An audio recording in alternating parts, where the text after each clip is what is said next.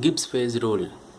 Gibbs proposed a rule to define the degree of freedom of a thermodynamic system. The phase rule is P plus F is equals to C plus 2, where P is equals to number of phases and F is equals to degree of freedom and C is equals to number of components.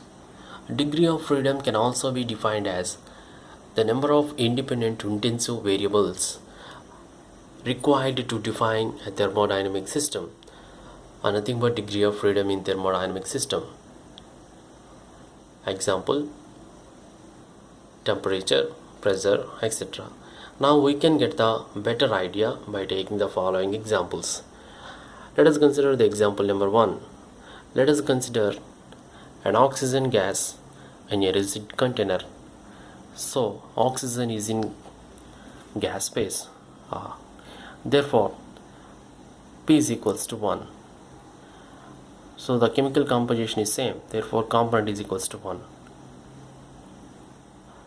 With the help of Gibbs phase rule, P plus F is equals to C plus 2, we can calculate the degree of freedom is like this: 2. P plus F is equals to C plus 2, F is equals to 2. Let us consider one more example.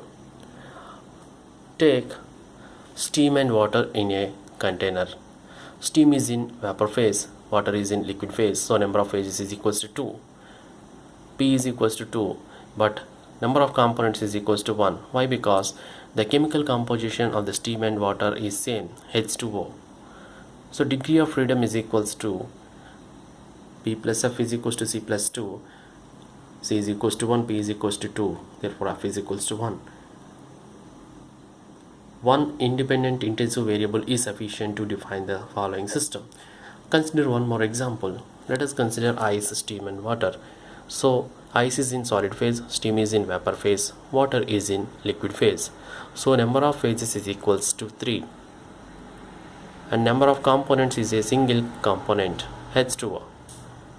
Therefore degree of freedom is equals to 0. From this equation we can conclude that the degree of freedom at triple point is equals to 0, which is very important objective question in GATE, IES and number of PSUs.